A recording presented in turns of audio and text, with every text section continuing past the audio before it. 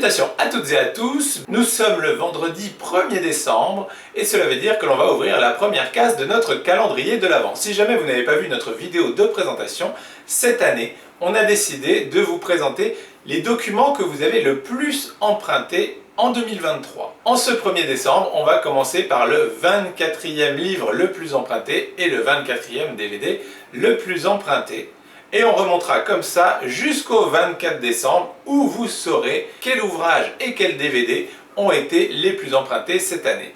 Alors plus empruntés, ça ne veut pas forcément dire que ce sont ceux que vous avez préférés, mais en tout cas, ils vous ont au moins intrigué et ou donné envie. Donc bien évidemment, contrairement à d'autres années où on vous présente des coups de cœur, là, on n'aura pas forcément lu et ou vu ce qu'on va vous présenter. Donc ce sera juste pour vous donner un ordre d'idée, pourquoi pas vous donner envie, et à terme, donc la sélection des documents les plus empruntés, vous pourrez la retrouver dans un espace dédié au sein de la médiathèque, ce qui vous permettra, pourquoi pas, de les découvrir si jamais vous êtes passé à côté. Et donc, en 24e position, pour les romans et pour les DVD, on va avoir le chapitre 1 d'After, réalisé par Jenny Gage.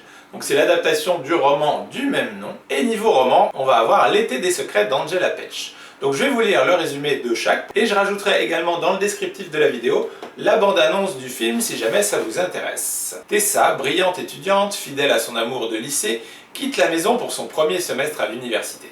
Pleine d'ambition et de certitude, son monde est bouleversé lorsqu'elle rencontre le sombre et mystérieux Hardin Scott. Provocateur magnétique, à son contact, Tessa remet en cause tout ce qu'elle pensait savoir sur elle-même et sur ce qu'elle désire vraiment.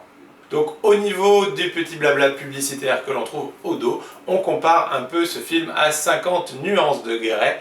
Il est vrai que les romans dont ils sont adaptés sont plutôt sulfureux, mais là encore avec After, on est sur un film tout public et on va plutôt être dans la romance sentimentale assez soft plutôt que dans un film pour public averti. Donc voilà, si jamais vous savez qu'il est dispo à la médiathèque et qu'il a été emprunté 4 fois au cours de cette année 2023. L'été des secrets d'Angela Petch. À la mort de sa mère à Londres, Anna découvre dans une boîte renfermant de vieux papiers jaunis par les années d'étonnantes lettres écrites en italien.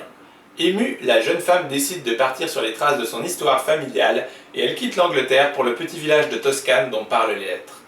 Au milieu des oliveraies ensoleillées et des douces collines, Anna reconstitue petit à petit le passé caché de sa mère. D'abord une jeunesse heureuse passée à garder des moutons dans les prairies toscanes, puis les horreurs de la Seconde Guerre mondiale qui viennent faire voler en éclats une vie heureuse. Anna ne tarde pas à comprendre que le charmant village chargé de souvenirs abrite également des secrets. Peu à peu, elle perce les mystères d'une histoire d'amour et de trahison qui a poussé sa mère à fuir l'Italie 50 ans auparavant. Un secret dévastateur qui, des générations après, va bouleverser sa propre vie. Et donc, au vu de la couverture, il semblerait que ce soit tiré d'une histoire vraie.